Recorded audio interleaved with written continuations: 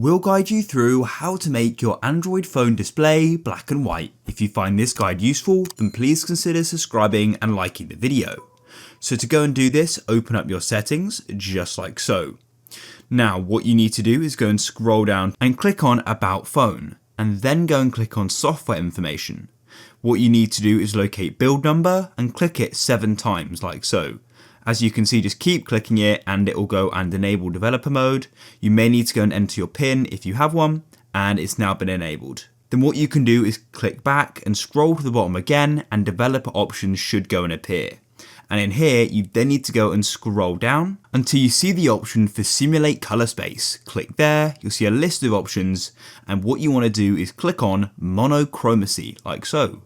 And that's it, the phone is now in black and white. If I quit off your settings, you can go and see it's completely in black and white. It's super useful as sometimes the colors can get quite annoying at night and things like that.